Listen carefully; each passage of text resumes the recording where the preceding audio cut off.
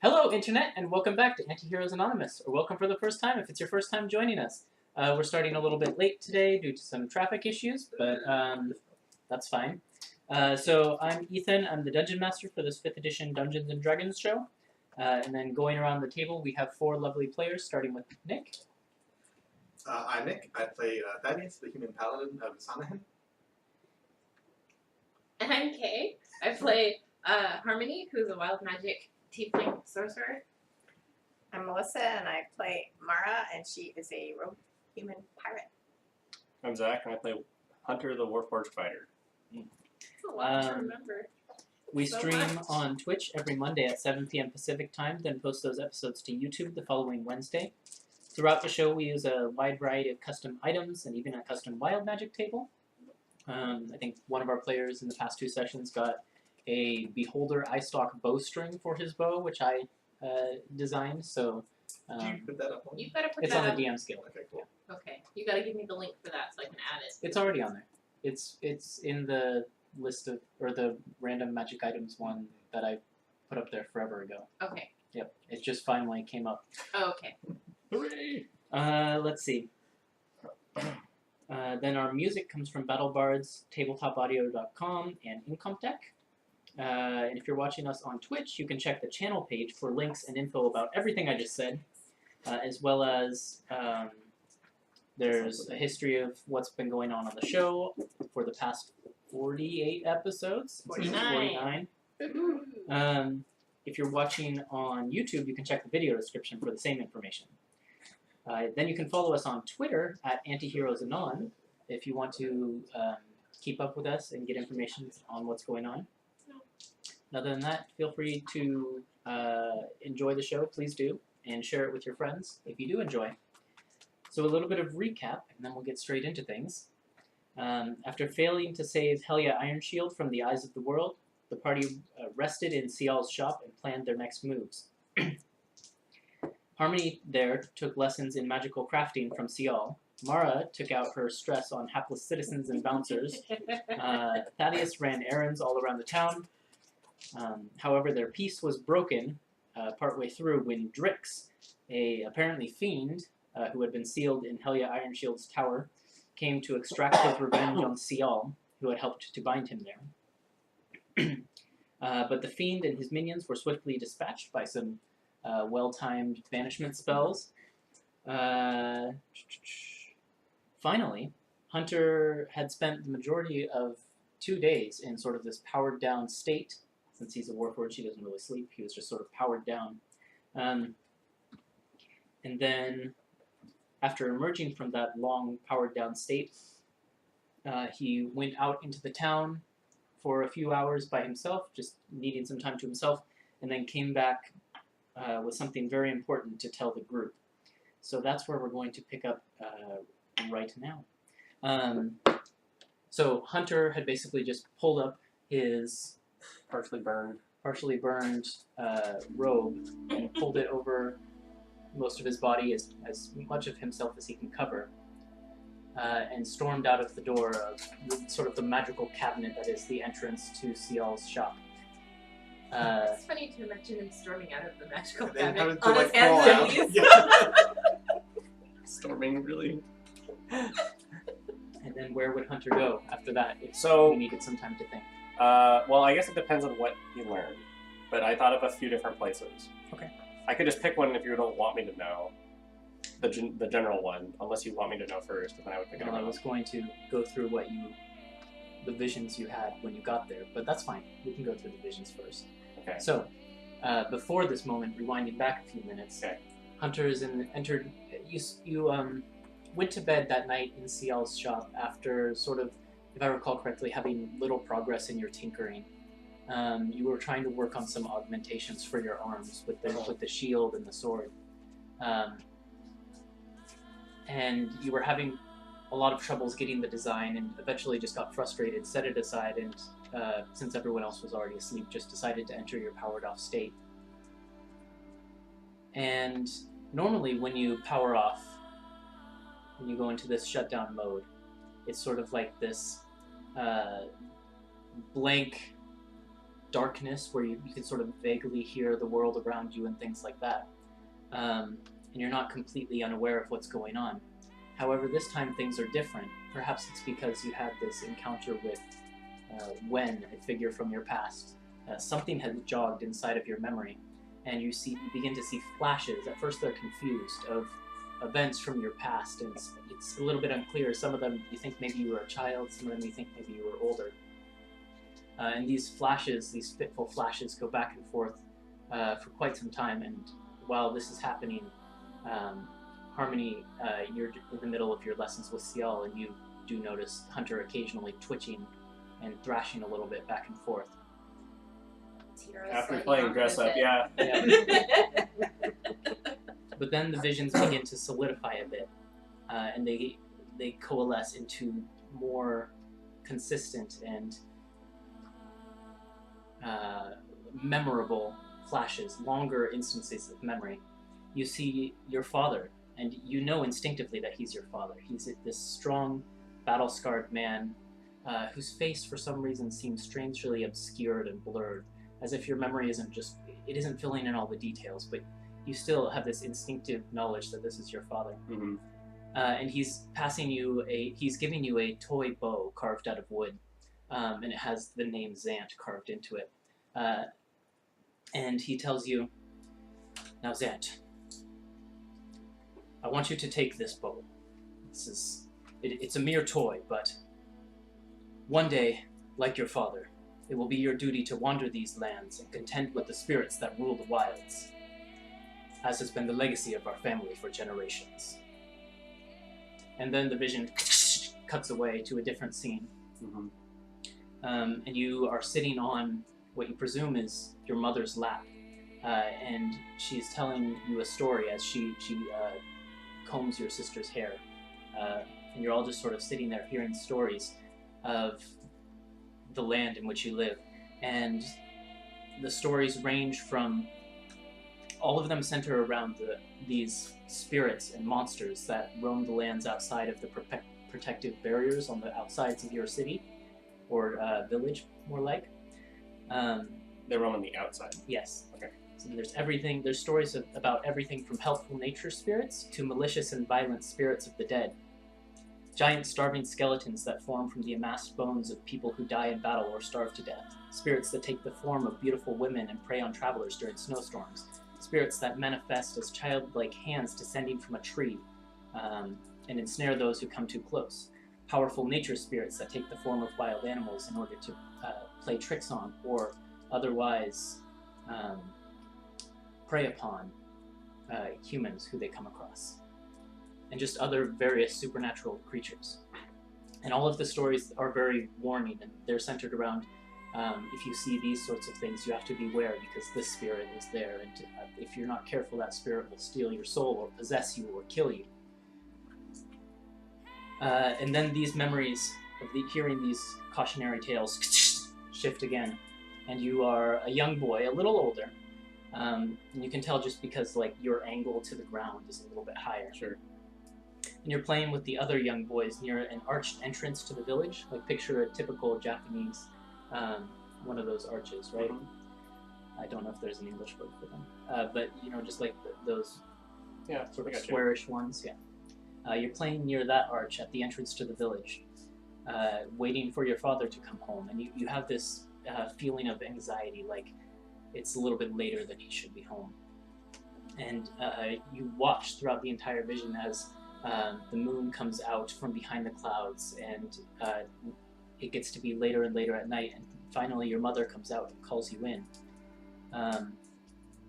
And you see yourself in the vision going back day after day after day for what seems like a month, and watching and waiting until nightfall every single night for your father to come home, until it becomes painfully obvious that he's not going to.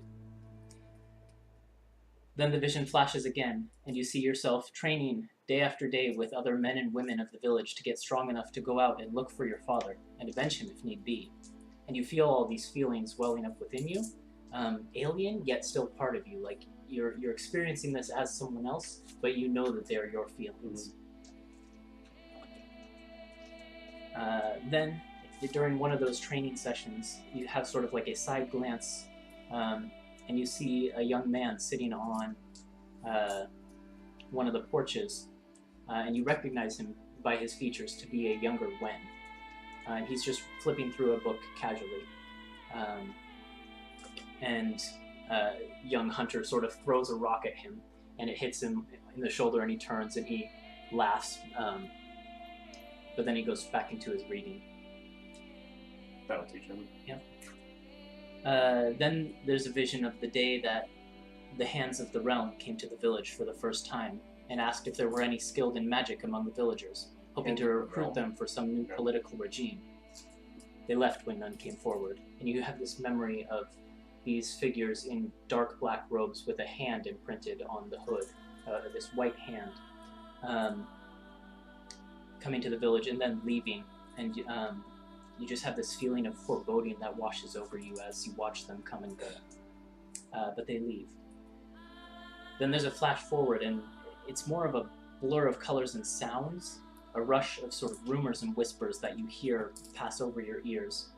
And some of them are unintelligible, but others you make out, and you get the sense from these rumors that you're hearing in quick succession, though it's possible they actually occurred over a long period of time.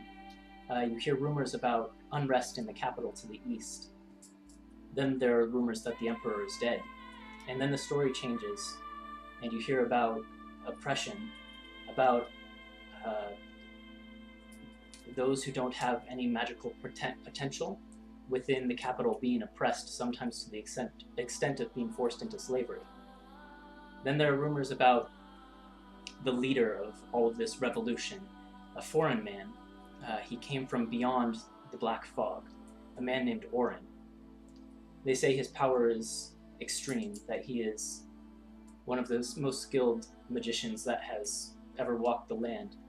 Some even say he's more than human. Is this still when Hunter's a kid? It's unclear because these rumors are. It's So now it's like almost black- as if it's black yeah, picture it's, and it's it's just as if rumors. there's a Okay. black picture and then there's audio washing over you, and I it's see. it's Okay. unclear when this audio is coming from necessarily. Let's see. But there's also rumors that he and his mages, these Hands of the Realm, who he's recruited and surrounded himself with, are driving back. They're actually managing to drive back the plague of the monsters that roam the realm. In reference to the spirits? Yes. Okay. And then you see a scene, the same scene from the village the night you come back from one of your hunts. And you see your mother and sister dragged from your home again by the Hands of the Realm. And you see again yourself falling in battle into darkness as you fall unconscious, awakening the next day or sometime later buried in snow to find the only other living soul of the village to be Wen, and again deciding it is time to leave to seek help. Then you see flashes of yourself and Wen sneaking through the countryside, evading detection. All the while, there are flashes where the Hands catch up to you and there's conflicts and you see battles with them, but each time you manage to evade capture. And you find your way to the coast where you procure a small boat, really just large enough for you and Wen, and you set out across the ocean.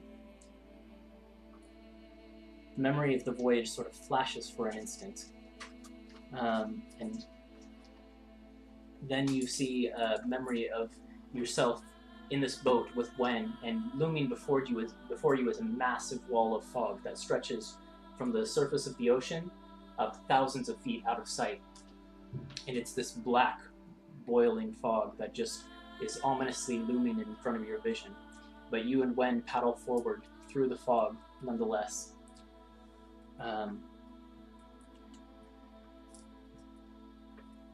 The boat plunges into it, and you can feel the acrid burning in your lungs. You begin hacking and coughing as you urge the boat forward. The vision flashes again, and you're looking at the back of the fog over the water. But you turn back to Wen and see a reflection of what surely you must look like. His skin has become gaunt and covered in boils. It looks like the hours in the fog have aged him several years, and his hair appears loose and falling out in patches. Another vision takes hold. It's a dark night, and your small boat glides across the water under the moonlight. Then a larger boat looms out of the darkness to your right. It flies a black pirate flag, and you can see a woman in a looser white blouse with red pantaloons hanging from a rope looking out over the water. You and Gwen duck low in the boat to avoid being seen. But at that moment, a man's voice calls a name, and the woman turns and leaves the railing. The two boats pass silently in the dark. Then you make landfall in Port Town. You see visions of yourself and Gwen perusing stacks and stacks of books in some large unknown library, looking for anything that would help, until finally, one day, the vision flashes to a day where you find something, and you can feel the elation and excitement that comes from finding it. You find a history of the world that might help.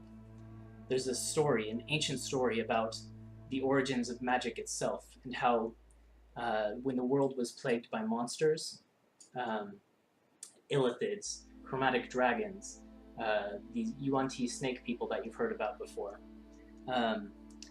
the metallic dragons came from some other location. No one really knows where. They came, and they were friendly to the humanoids who were oppressed for so long by these monsters, and they gifted them with the power of magic.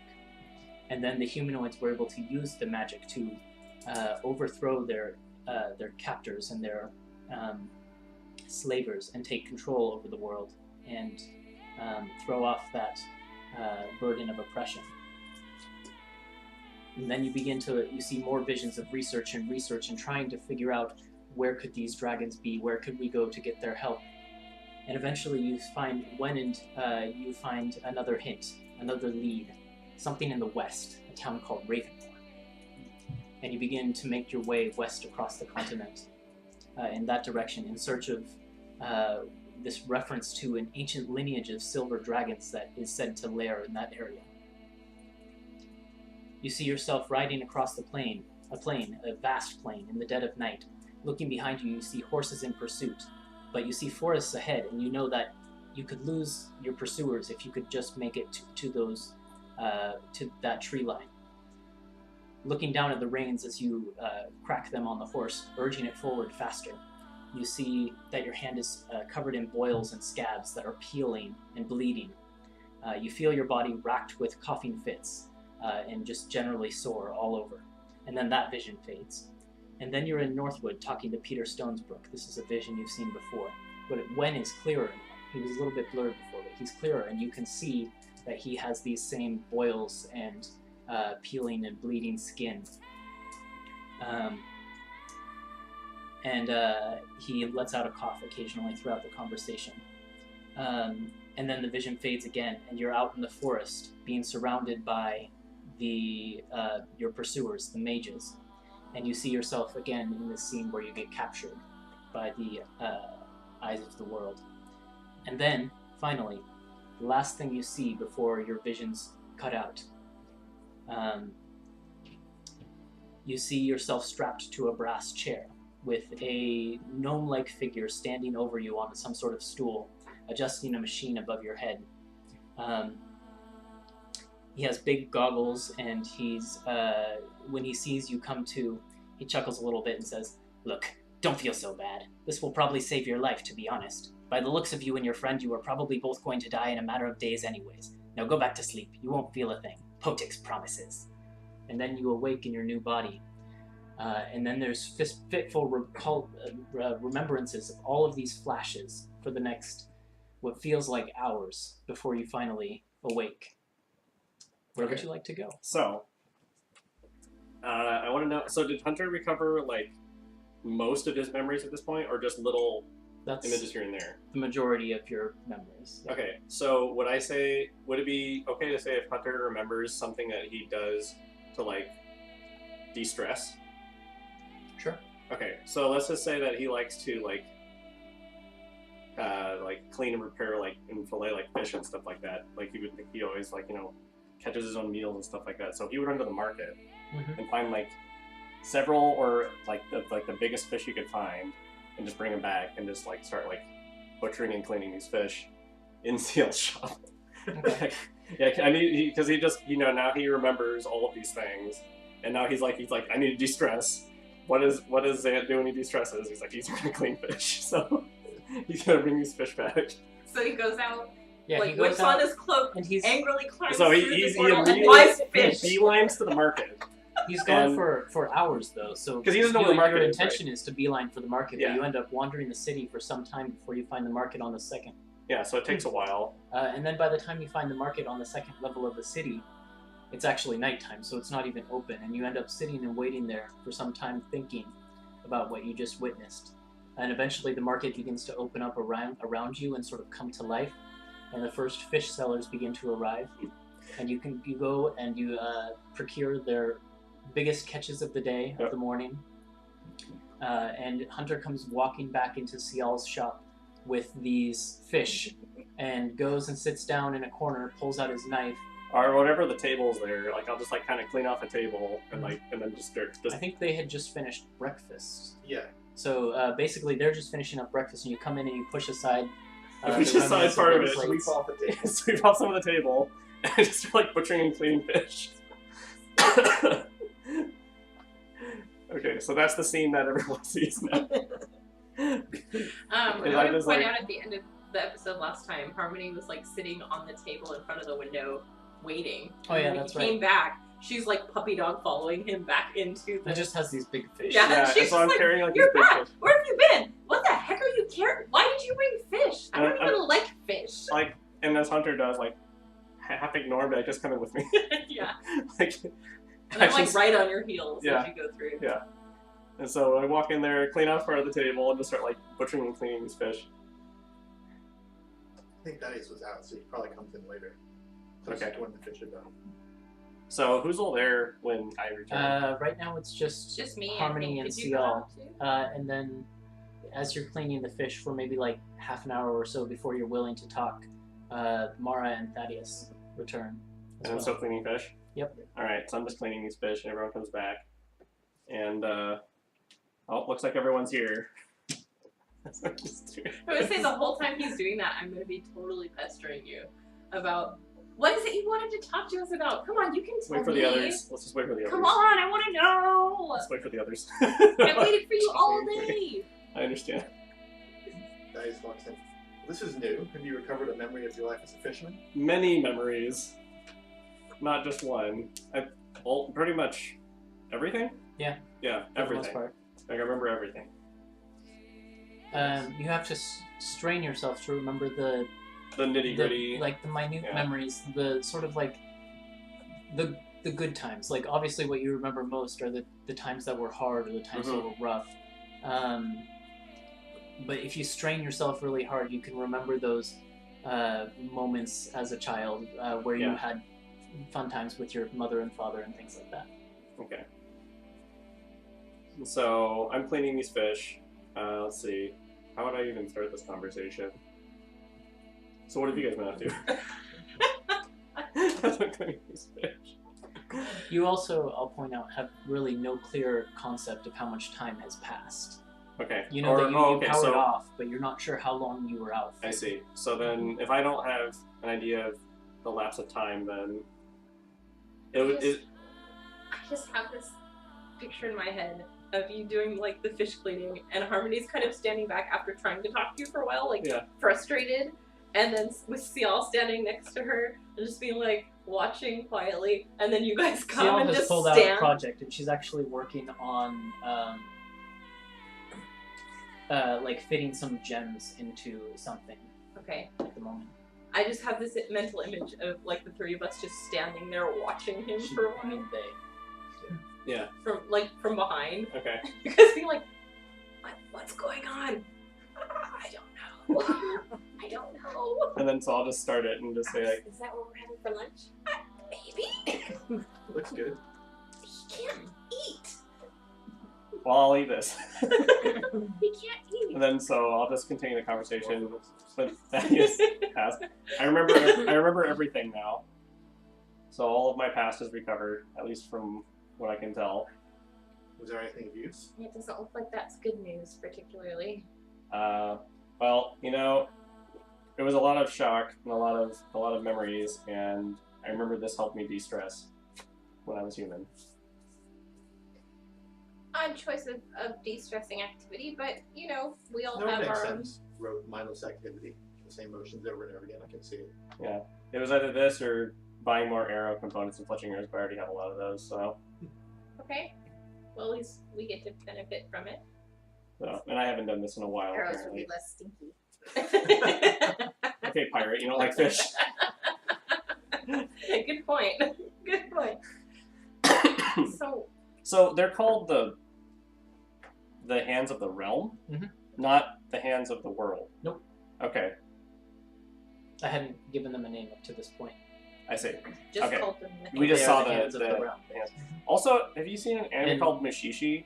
Because your story of that reminds me of Mushishi I haven't seen it, but a lot. interesting. Okay. Yeah.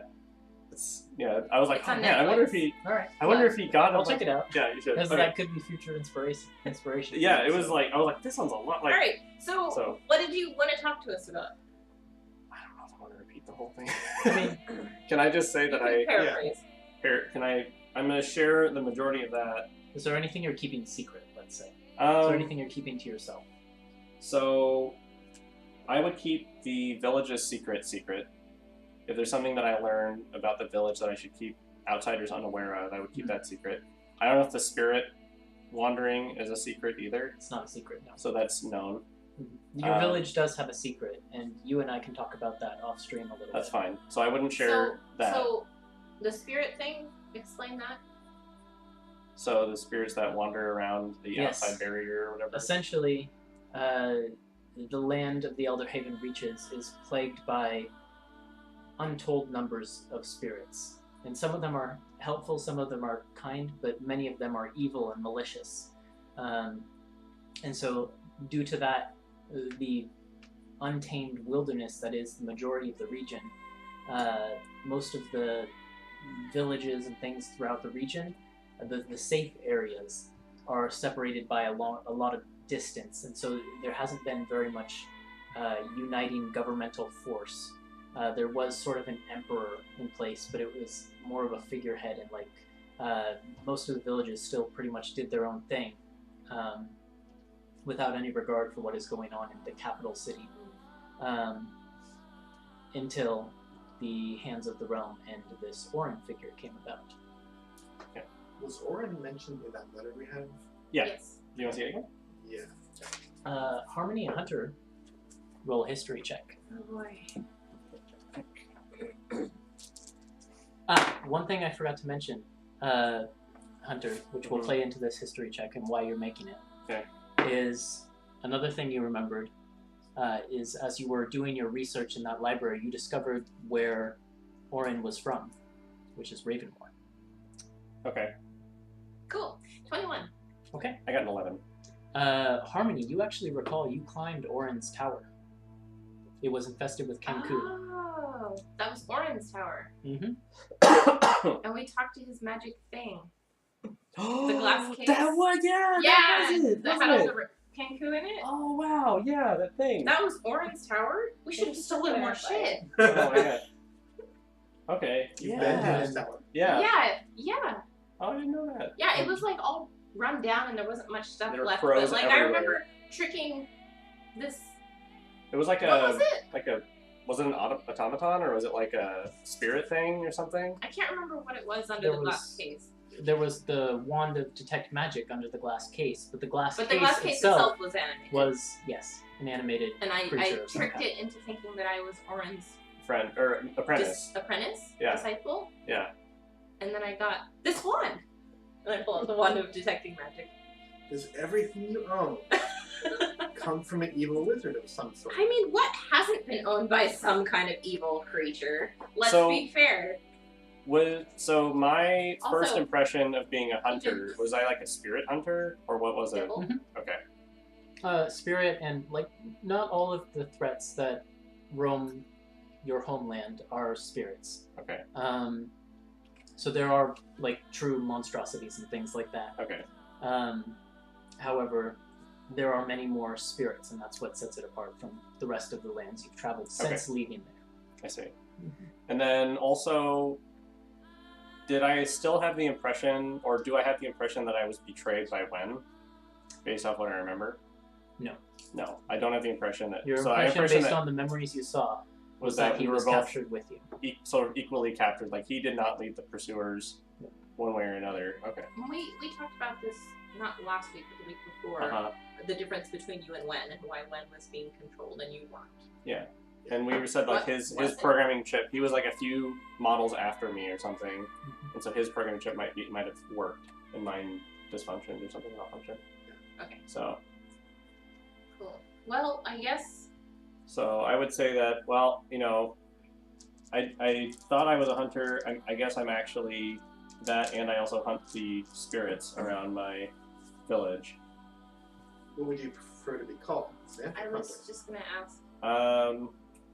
Because, I mean, Hunter is kind of a name that you gave yourself. I think you didn't know who you were. Yeah, so I think between friends, you can call me either, and then between new, what's the word for new people? Acquaintances, they can call me Hunter. You'd rather not be known as who you were? So if I was pursued by these people, I'd rather not. We shouldn't go spreading your old name around. Yeah, exactly. Okay. It could be that they're still pursuing in some way. I can honor that. I can understand that. So. We should all have code names. No. You can be named after this one, and I'll pick up one of the vision. This one was named Bubba, and I picked him up. This one can be Grumpy. Sir Thaddeus, that's fine. Yeah. We don't have to all. I feel like if Harmony were a dwarf, she'd be named Tricky or something like that. That's funny. Trixie the dwarf. Sticky Fingers? Would you like us to simply call you Harm? It seems appropriate. That's funny. See y'all. Or money. I could. I could. Right now. And who knows what will happen. So when I read that book, though, that's what drove us to Ravenmoor to seek out these silver dragons. Silver dragons that supposedly at some point. But we never made it roosted in there. the area. But there was a dragon in the Shadowfell. But it wasn't a silver dragon. Did we see the dragon in the Shadowfell? You didn't get a good look at it, because it was sort of cloaked in the natural shadow magic of the So I kind of want to talk to Mandus. Can you pull out the dagger? I mean, we could go back to Ravenmoor. It's a long journey. It is a long journey. I would rather, if we have our contact in this Andy's dagger, I would rather see if he knows of It anything. just seems like such a... There's so much to do here as well. Well, I'm not saying we leave right now. I know we still need to go see your daddy. Well, more than that. That's we are doing that, but So I would pull the dagger out, though. I didn't mean late this Right minute. now I it's- mean, eventually. That could be our next destination when we're done here. Right now, the two-way dagger, the mirrored dagger that lets you communicate with Mandus, is showing a blank face. Like, it's not even reflecting you, it's just blank. Which means he's in the Shadowfell. Or not on this plane. You're in Ciel's shop, which is a demo Oh plane. yeah, Oh, we're okay. also So in we another would- plane right now. So we would probably, I I'd forgot probably, about that. okay, then I would leave the shop and then hold it out and see. Okay. As you leave the shop and hold up the dagger, you don't see Mandus. Someone else is sitting at Mandus's writing desk. And they're sort of like spinning around in the swivel chair. And you get a good look, and it's the sort of whiskered, tiger-like countenance with like the sandy blonde hair of Tal. And as he catches sight of you, his eyes brighten up, and he like rummages to the side and pulls out a piece of paper and scrawls in really messy writing. Really messy. Hunter, it's good to see you. Look, I'm back. Okay, and then so I would. Well, did people come with me or? No. Okay. No. Then I You're would by say- yourself. Thadius is still lecturing Harmony and like about all. Okay, this so stuff. then- You're in Baradel. And she's like, oh my god, I know! So I would write back and say, like, I see that. How have you been? We need to catch up, but do you / Mandus have a second to chat or like Skype call? We can avoid saying he writes back, but essentially the way this communication has to work, because it's a two-way dagger with no sound. Yeah. Like old Skype. Yeah, is that he has to pen out everything he writes. Yeah. But he says, well, Mandus isn't here right now. He's in the Shadowfell. He left me here to watch in case one of you came by. But yeah, I'm good. I went off for a long time with a couple of were-tigers, and I can control my were-tiger self now. And he just sort of like, then to demonstrate the effect, shifts into a full were-tiger, does what you presume is a little growl, but you can't hear anything, and then shifts straight back. Okay. You know, that's great. You know, glad to hear it, blah, blah, blah. And then, let's see, how would I want to do this? I guess I could tell Tal things. Yeah, I would tell them stuff. Like, I recovered all my memories. I was looking for more information within Ravenmore, and we are in Farandal. Mm-hmm. Yeah, the capital right now. So it's not easy for us to get back and check ourselves. And then he writes back, "Oh man, you guys are in Farandal? You guys really went far. All right. Well, tell you what, I will watch for Mandus, and then when he comes back, I'll make sure he's sitting here and waiting for you to talk to him sometime around nightfall. Let's say nightfall." Okay, sounds good. And then, you know, nice seeing you again. Cool tiger stuff. And then I'll talk to you later. All right, and he writes back, "Yeah, see you soon. Tell Harmony I say hi." Okay. So I come back. Oh, and also Schnoz, he says. And Schnoz. Oh, And yeah, Schnoz. that's right. I forgot. Oh, crap. Okay, but anyway, so I already sheathed the dagger and put it away. And then go back into Seal's shop. I'm sitting cross-legged on the floor, like, really upset as Thaddeus is lecturing me. He has to stop. Just gives him one for She's, like, doing this.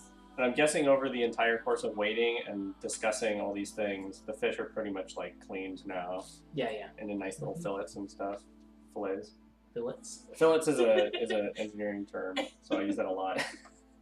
So they're spelled exactly the they're same. all clean, and actually, Ciel sort of gives you a look when you come in, and says, "Did you want me to cook these up? I'd be Yeah, I happy think to we can do that. And then she sort of like, I keep saying she today. She Ciel feels like a she today. Ciel whistles, and you hear sort of like a sound coming from the wardrobe. And then out from the wardrobe comes just these two floating oven mitts in the same color as the room and Ciel's hair. And I can't remember what color that was today. Was it red and gold It was today? green, I thought, right? I It's can't been a remember. while ago. It might be pink. It was pink the second day, and I think it was red and I gold. think the you're We'll right. go with Yeah, red and I think gold. it is red. It's red, yeah. So it's red and Oh, gold And yeah. it's oven in a mitts. bun. Oh, yeah, Hair's in that's a right. bun. Are you taking notes on Ciel's hair? She's taking notes on everything. Man, It's also an S, I think, right? It is. S-I-A-L-L. S-I-A-A-L. S-I-A-A-L, that's right. Yeah. It's fine. Spelling it doesn't count. No, it doesn't. It just Oh, for that's, your I think information. you put it there I did Yeah. somewhere else, yeah. But it's somewhere okay. else. Yeah, so it's Change it just these everywhere. two floating oven mitts, and Ciel places the fish on the oven mitts and says, "All right, that'll be about an hour or so, I'd say. I don't know. Sure. How long does it take to cook a fish?" Do you want me to go show them? Oh, no, they'll sort it out. They're very adept. Yeah. All right. I know. So let's see. So Was Mandus there? Tal was there. Wait, what? Yeah. Who? One of our old companions. You wouldn't like him. He's too much like me. They were a handful. One is enough.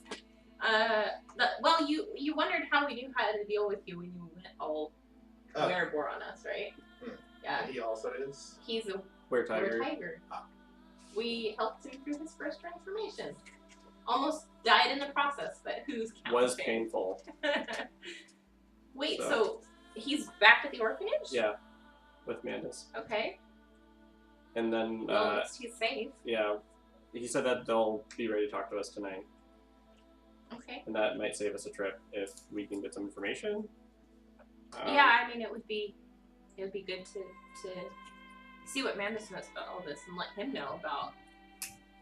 Our new You, with your information. history check, do recall Mandus at one point told you, I meant to say this earlier, he told you that he knew the wizard who lived in the tower a long time ago, but that he left on an adventure with some group years and years and years ago, and there hadn't been any new wizards since, and that's why the Kenku took over the tower. This is slowly starting to I'm remembering, Mhm. Yeah.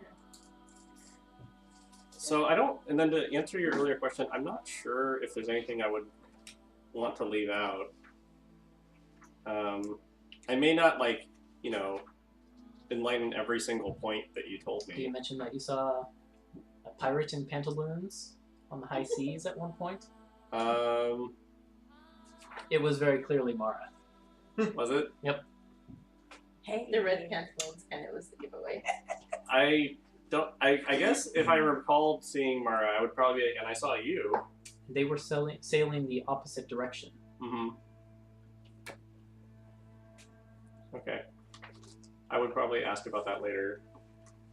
Do I know where on the sea it was? No, it was Also- because the vision cut into the scene in the middle of the night with the moon high above. Okay. Mm-hmm. So also, I would probably ask about the fog though. Like if I think about our world map, which maybe I actually have a picture of it that you gave us, I can but throw up a world map for the viewers. I thought the Elderhaven Reaches was really far to the east. It is the. But then you farthest said east. when the capital to the east.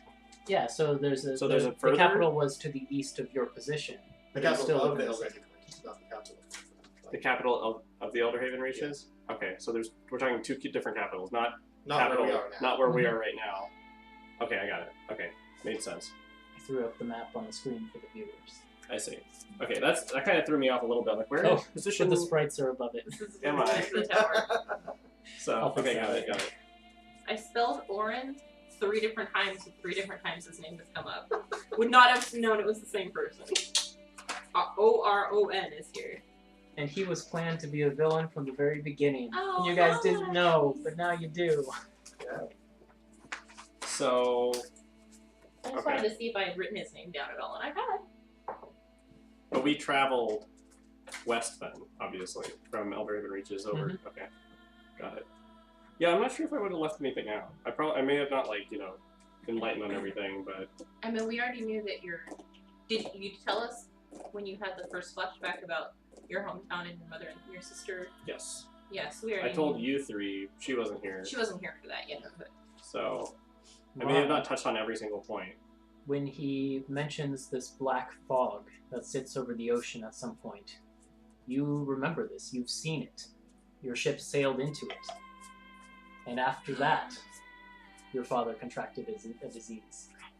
Or grandfather, rather. And the rest of his crew contracted a disease, but she was fine. but she was spared.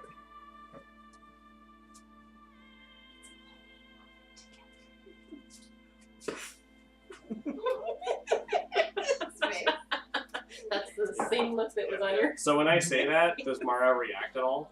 Well, I don't know, does she? Would you react at all when I said As black he fog? describes the symptoms as well, it sounds very similar to what came over the crew of your ship.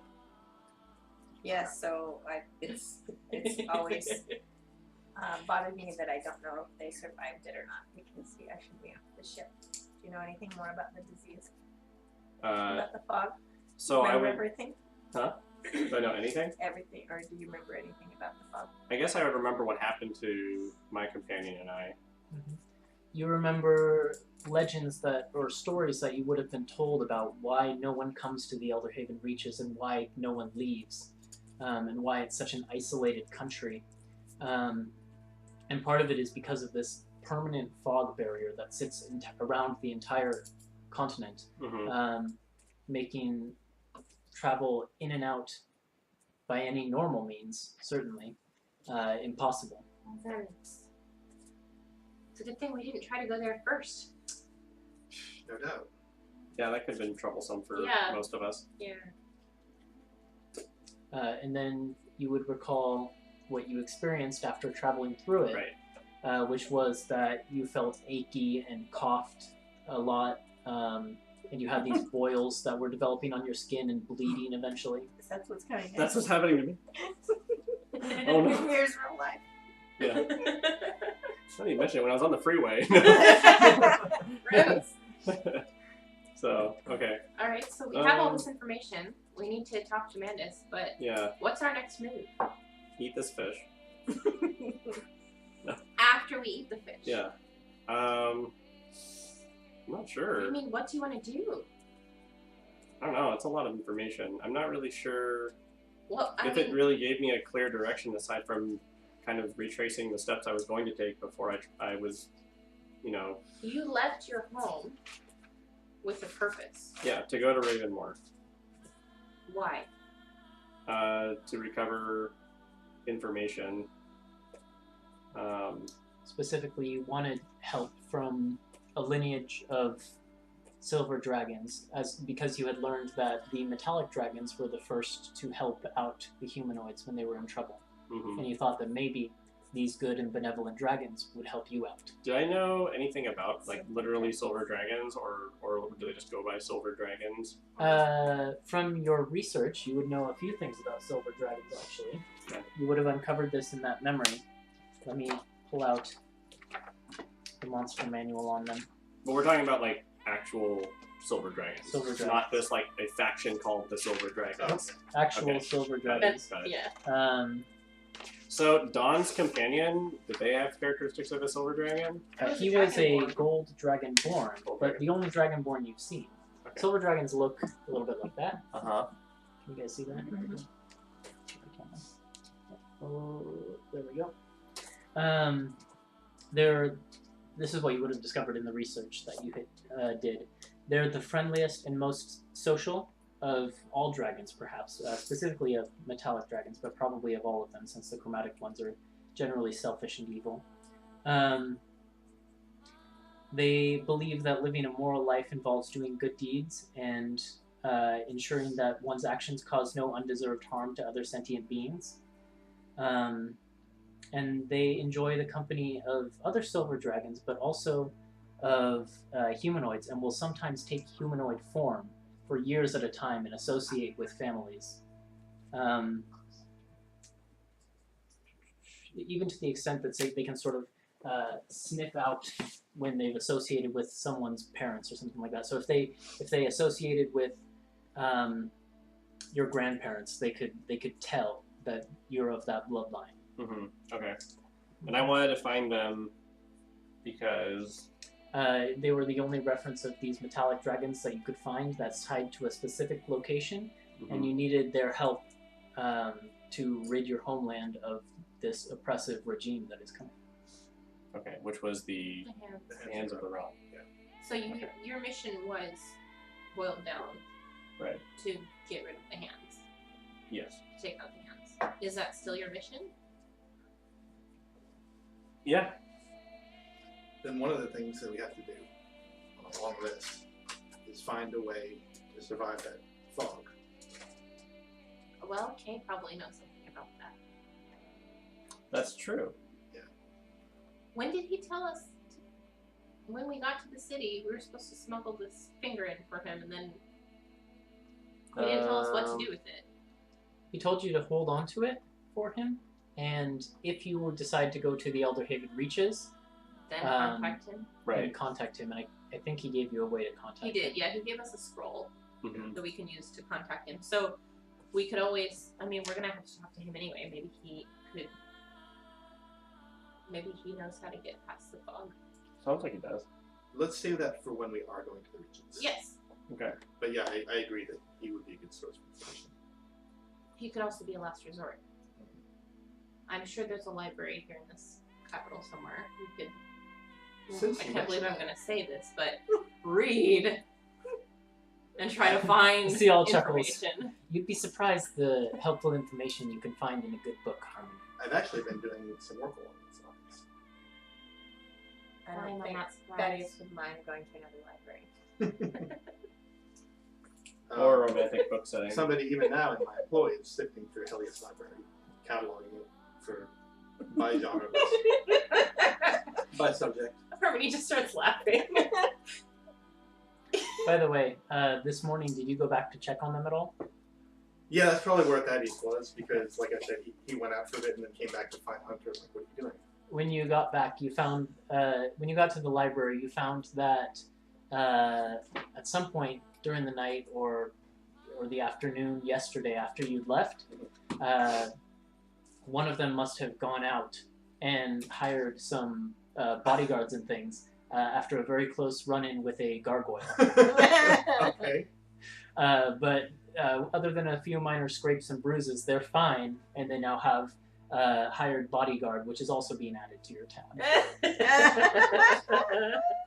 Anyway, Harmony's laughing. What kind of a sorry sap did you get? Did you talk into doing that for you? An elderly man, a scribe, and his young Oh. apprentice. And you I'm call paying- me harm. I'm paying them handsomely. Money isn't everything, good sir. Anyway, Shiny things are another So story. you're cataloging? they are. And in a few days' time, if there's anything to be found on sea travel or sea hazards, we'll have a good place to look. Okay. Alright. So that's another thing on our list of things. Do you want to recite the rest of them for us, sir? I wasted so much breath on this today. I do think we should see my father at some point today, because we have to wait for May to say. Yeah, we have time, right? That's What time is what it I right now? wrote. Morning? Yeah, it's afternoon, so Okay.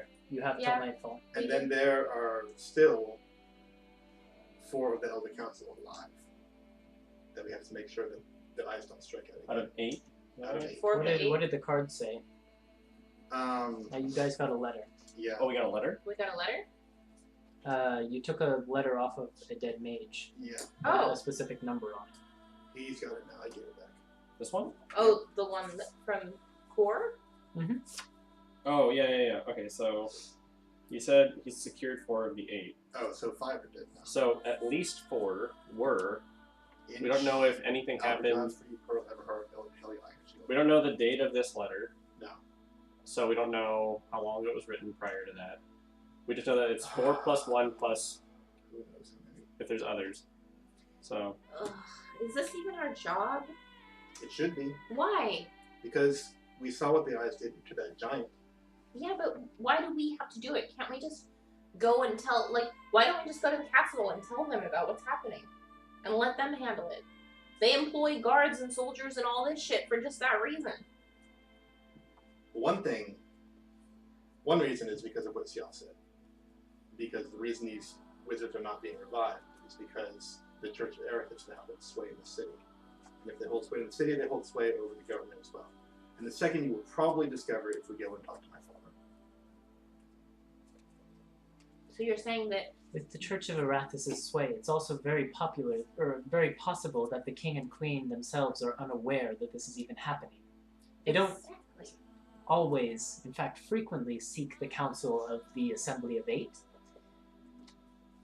And I'm not sure that any decisions have come up that would warrant such a large council in recent months, so it's entirely possible that they're even unaware that their council are being picked I off. mean, There don't will they at no- least deserve to know? They do. There will no doubt be a gala in honor of my father who is being promoted. If we go to that, that might be our best chance to speak privately with the king and queen without raising the fuss and suspicion of requesting an audience ourselves. that makes sense. What do you think? I think you know about capital city life and I don't know anything. So if that's what you think is best, we'll do it. It doesn't make any damn sense to me. But I don't know the ways of the people who live in places like this, so. Well, I'm an expert, fortunately, for all of us. So through the visions that I got, was I ever able to see like a reflection of Zant and see what he looks like? Yeah. Okay, so I'm familiar with what he looked like as a human. Mhm. Okay, got it. You should talk to me about that later. Okay. She's been working on enchanting the crown to alter Don't your... tell him! Okay. Well, he watched the last episode, so he knows. Yeah. Yeah, that's true. I forgot you watched it. Hunter doesn't know That's what I've been True? up to. Yeah, Hunter doesn't know what Because she's you've Okay. been sleeping. So, right. Okay.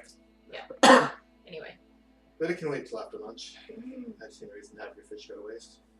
And about that time, steaming hot fish held on Prepared two... several different ways, hopefully. Huh? I said prepared several Yeah, different several ways. different hopefully. ways. There's actually also some that is prepared raw, just sort of like with various veggies and things like that. Okay. Yeah, it comes out on platters held by these floating oven mitts. They set them down on the table, clear the rest of the table away, and yeah, leave you to eat your meal. Cial goes for the raw stuff and begins eating on that. All right. I'm sure we'll just kind of sit down and try some as well. It's tasteless to your lack of taste buds, It's but you okay. can chew it and Yeah, you can swallow it. He'll chew and swallow it. It's like, I clean these. Harmony will eat begrudgingly. Okay. Thaddeus takes that. So we need to go see your dad. Mhm. We need to find out how to get through the fog. Mhm. What else do we need to do here? Can you talk to before we- Thaddeus? Yes. That's not. Yes. Our I'm dad. talking about things we need to do in the city before we leave. Mandis is we're doing tonight. Okay, sure. I have a line on that diamond that I'd like to get finished before we leave here. Oh, you found it? No, but I have people looking for it. Okay, wait, are these separate people that are counted? Separate people. Not what's driving it. Okay, wow, you. Jen, Okay. while they're working. My family's And very he goes, We'll talk about that later. okay. Oh, when Harmony opened up the cash register, you took out some money, right? Oh yeah. Did you? Is it 300 gone? gold from the party funds Is it- he has right now. Okay, he has it. So just minus it from the party So funds. your family's rich, but you still used ours? Well, he hasn't technically used it yet. Oh, okay, I see. I gave him money because you were gonna hire the thieves, right? So I gave you money to hire the And thieves. he's Yeah. charging it right now. And he hasn't I actually see. paid you. Need a different pencil. Yeah, the scribes and Pencil's stuff, right there. I feel okay charging for my family, but like criminal activities, I feel less okay about Yeah. doing that way. I'm not sure how that would go Yeah. over. This one has also lighted here. Thanks. Okay. So you finish up eating, and I'm gonna tabulate the money that we have. It's kind of not sort of a counted yet. quieter meal for the most part. After all of the information you've all been forced to digest suddenly. For that, just lots of stuff right Yep. now. But then, when that is all said and done, the day is yours. It's probably about early afternoon. Let's go to the castle. Wait, do we want disguises? We might want to disguise. Do you want a disguise or do you want to be yourself? No, we're going to see my father. I don't want to be disguised. You don't want to or you do? No, I don't. Then stand over there. Okay. You don't really need to get out of because it's just the people I choose, right? How many just likes it to stand away? I just like him to stand away. I don't want to be disguised. You don't want to be disguised either? I'll take a disguise. So it's just you and me, bro. Like always. What do you want to look like? I don't know. Just a...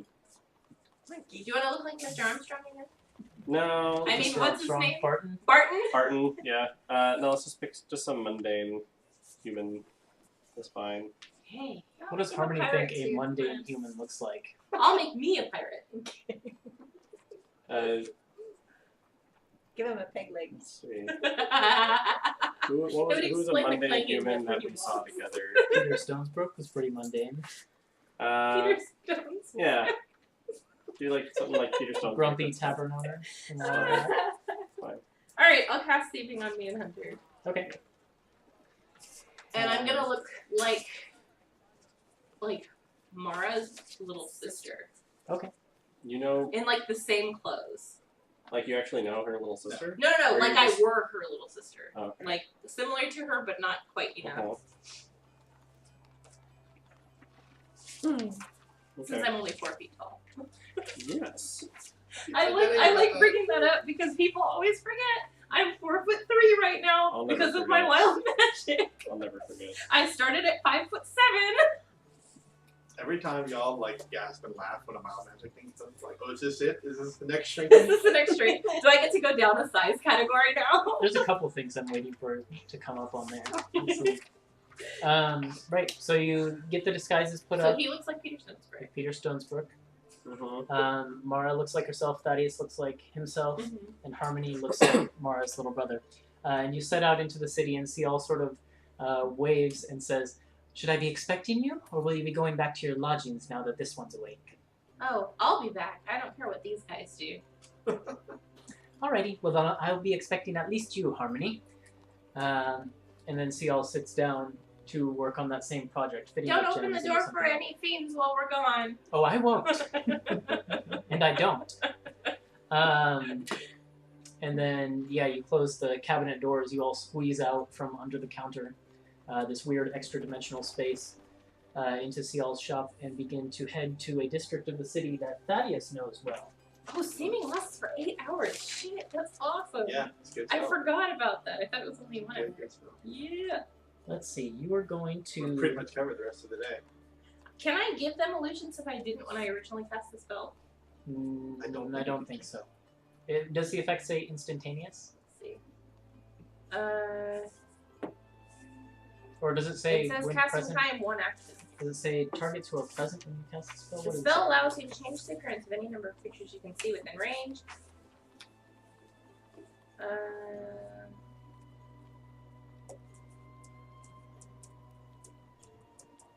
No, it doesn't say I can change it. Yep, I It think just says stays it the lasts for same. the duration unless I use my action to dismiss it. So I can't like change the illusion halfway through either. We're like stuck like this or ourselves. Good to know. Good to know. Sounds good. So you make your way to an area on the second layer of the city. You can hop a taxi or however you want to get down there. It doesn't take you too long if you take a taxi. But they drop you off at sort of the gates to this large, fancy-looking ward of the city. And there are even guards posted at the gate to the entrance of this city. And Thaddeus, you know this to be sort of the noble residence district of the city. Here, Zach, since you didn't get to see this last week, you can see the rough map. Wow! Yes. Wow! They do exist. It's a real map. I've been waiting for this.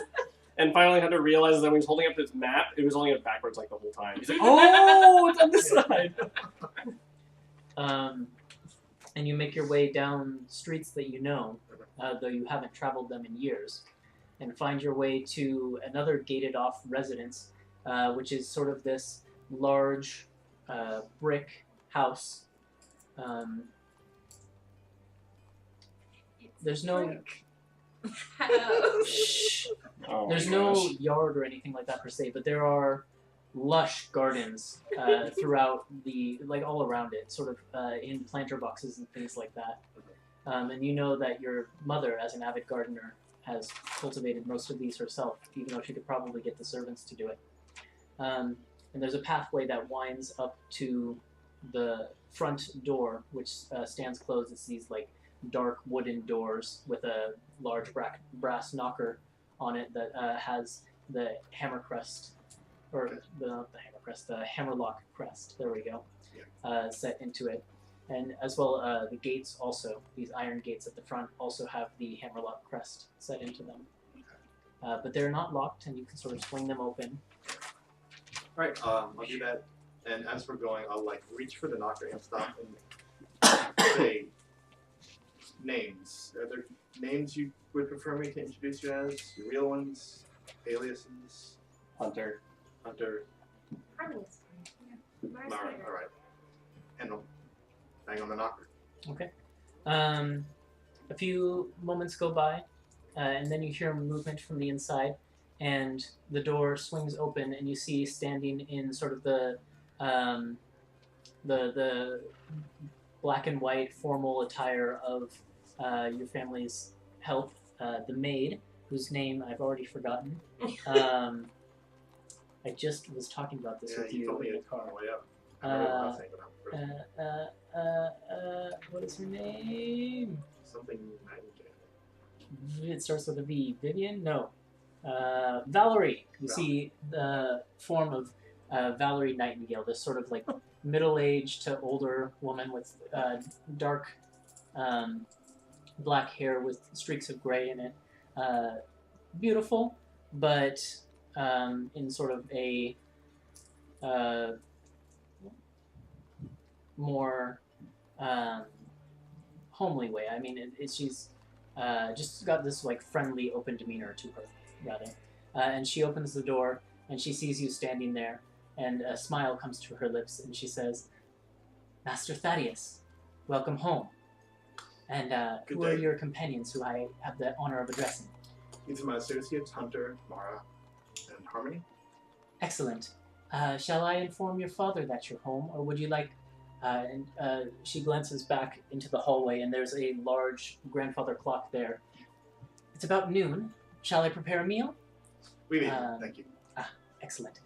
Gavin and Astrid have already eaten, so I suppose I will just add a couple extra meals to the dinner roster, but that's no problem at all. Do come in. make yourself at home. It is my home. Of course. Can I be looking for something shiny to steal? Yes, you can. Roll a perception check. Should she Must see be only something little shiny, people around what would she here. find in your home? No wonder I Ooh. like you so much, Germany. In the In sort of the foyer. No wonder I entryway, like you yeah. so much. Yeah, I know, Like right? She's the a klepto too. parlor. Yeah. 7. 7, I think. Yeah, There's quick too glance much. around. There's a lot of dark wood and brick in this room, and there's not a lot of shiny things. The first shiny thing that catches your eye is sort of the pendulum of that grandfather clock, but that's not something you can steal. But then you're taken in by the grandeur of the rest of the room, which is decorated with paintings of what you can only assume are generations of the Hammerlock family. And you can see the last painting in the row is this gaunt, thin-looking man in a very regal-looking suit, posed at a study chair with his library books behind him, just this vast collection of books, and looking regally and solemnly towards whoever is painting this portrait. And that is, Thaddeus, you would know the countenance of Lucavis Hammerlock. Not Lucavus, Lucavis, your father. Does he like romance novels too? I can't imagine that he does. And then Valerie says, would your companions be liking the tour, sir, or Ooh, shall I leave that to you? Please. A tour would be great. Let's have the tour and keep a close eye on Oh, don't joke like that. She glances back at the rest of the group of you, and her eyes settle on Mara and Harmony in particular. Because I'm really mundane. He's so mundane. I just kind of blend in. And says, We're as like you wish. wearing matching red pantaloons. Hi, girls. Oh, yeah. As you wish, Master Thaddeus. And then she sets off with you in a tour of the house, which is a large mansion. Like, if you weren't being guided around, Thaddeus, you know your way around, but the rest of you would certainly get lost at some point. I'm still looking for things, shiny things. Okay. It's hard to really spot any, especially since... why do I not remember her name? Valerie is keeping such a close watch on you. Like, as soon as you spot a shiny thing, you glance at her, and her eyes are on you. It's like as she's I've somehow got subtle knows. spell and mage hand, baby. She's watching you, though. She's been warned. I'm just saying. Okay. I've got subtle spell and mage The mage hand isn't invisible, though. So be Yeah. aware. I know, but she's watching me, not my mage hand. This is true. I could always put it in his bag. I got ways. Why do you think I took subtle spell? I'm really just trying to give you a reason why you don't find shiny things when you would find shiny things, just because your perception check was not that high. I know. So you do spot a few things, but as soon as you spot them, you're being watched. So that sort of deters you. Oh, this isn't fun.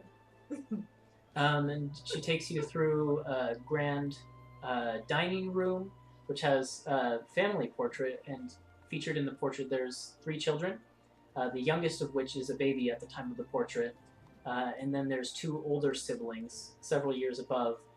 One of them is a young dark-haired boy, his hair slicked to the side, which you would presume to be Thaddeus, and then the other one is slightly older, maybe teenage years at the time of the portrait, red-haired girl with this incredibly wide smile, just beaming teeth ear to ear. And then there's also a woman featured in the picture standing behind Lucavis as he's sitting in the chair with sort of the children lined up in front. And she has the same red hair as her daughter Astrid, except for there's flecks of gray and things in it. And you take the path through the dining room and out into some greenhouses, which are just lavishly furnished with all types of different plants, some bearing fruit, some bearing vegetables, some just flowering into these ornate and foreign-looking flowers. And then your tour takes you back into the house and up the stairs and sort of into various drawing rooms and studies. I want to know if she's giving us like the history of the Hammerlock family Oh. on this tour, Yeah, I mean, you get a little bit. or if it's just like this quiet, like us walking around. And No, and I think Thaddeus is also giving like he doesn't like his dad much, but like he's kind of proud of like who he is and his heritage and things. So he is like kind of also narrating the tour, secure in the knowledge that Valerie is keeping a closer eye than he needs to. Okay, all right. Good to know. And eventually you come along a hallway on the second floor, and out from one of the rooms, you hear a voice. Valerie, is that you? Is someone else out there with you? Who are you giving the tour to? And out from one of the doors comes a radiantly beautiful young woman with red flowing hair, and she's wearing a sort of like a white dress, almost like a sundress, sort of, that very much shows its price. Like it's a very expensive dress. And as soon as she comes out into the room, she catches sight of Thaddeus and she says, "Thaddy, you're home!" and runs and wraps her arms around you. And Thaddeus Astrid, and I think this is the first time anyone has ever seen Thaddeus happy. Actually happy. Yeah. And he like hugs her back. Yeah, and she like jumps full into you, like, sort of expecting you to do the thing where you like spin her around. Sure, yeah. And as she comes to a landing, she just gives you a soft kiss on the cheek. "It's so boring around here without you, Thaddy. Why were you gone for so long? It's been years." Well, I took up a And all the duty. while, she's just beaming. I took up a duty, and I need to see it through before I come home. It was a big duty. She rolls her eyes at that and says, "But it's been no fun, Thaddeus. Absolutely no fun. Don't you understand what you've put me through?" I'm sorry. And as she sees how seriously you're taking this, she like shakes her head. "I'm joking with you, Thaddeus. Of course I understand why you had to go." Are you joking about it being boring? Is it that "Oh no, bad? it's been dreadfully boring. Oh, You know Valerie's no fun." I'd hope there'd be something fair enough to catch your attention. When did you get here anyway? We've been in Ferndale for... Oh, Valerie, how long's it been? And she looks over at Valerie and says... and Valerie replies, 2 months, honey. 2 months. 2 months you've been cooped up in here. And Mother's always gardening, and Father's cooped up in his study, and Gavin's no fun at all. He's just always in his room. He's too much like Dad. But now you're here, and we can... Things will be so much better now. And she's just like beaming ear to ear entirely. I'm here for a little while. I hope you intend to stay at least until Father becomes a duke. That's what we came here for. Excellent. I knew that Father was sending people out looking for you, but... Oh, where are my manners? Let me introduce you to my friends. Thaddeus. And it's almost as if she sees the rest of you for the first time. Her eyes have been completely on Thaddeus this entire time. "Oh, excuse me, how rude." And she does a little curtsy to each and every one of you at once. "I am Astrid Hammerlock of the Hammerlock family, sister of Thaddeus Hammerlock, and I'm honored to make each of your acquaintances, I'm sure." Honey, I don't see the resemblance at all. She got all the She's just so lovely. She gets it from my mother. It skips a generation. Does Hunter know how to like greet nobles in the lake, or is it kind of just foreign? Not to him? necessarily, because you grew up in that isolated village, as you now know. Yeah. So- And the only interaction you had with any sort of governmental power was when they came and either murdered the members of your everyone. village or kidnapped them. Yeah. So.